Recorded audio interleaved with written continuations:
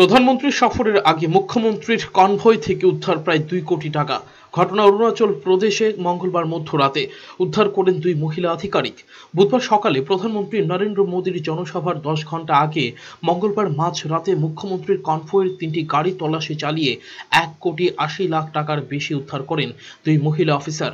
এর মধ্যে একজন নির্বাচন কমিশন নিযুক্ত বে পর্যবেক্ষক সমৃত কৌর গিল এবং অন্যজন পাসিঘাটের জেলা শাসক কিন্নি সিং।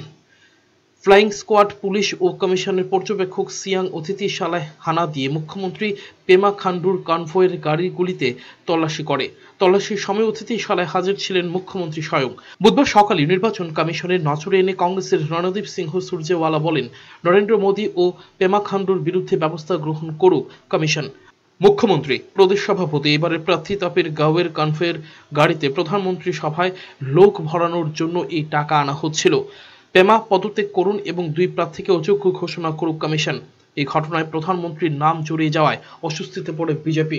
মুখ্যমন্ত্রী হাত ধুয়ে বলেন, এক প্রার্থীর গাড়িতে টাকা মিলেছে, দায়িত্ব তার, আমি জানি না, বলবেন প্রদেশ সভাপতি। এদিকে প্রদেশ সভাপতির বক্তব্য, টাকার উৎস প্রার্থী বলতে পারবেন। জানা গেছে এই ঘটনায় কমিশনের নোটিশ গেছে প্রার্থীর কাছে।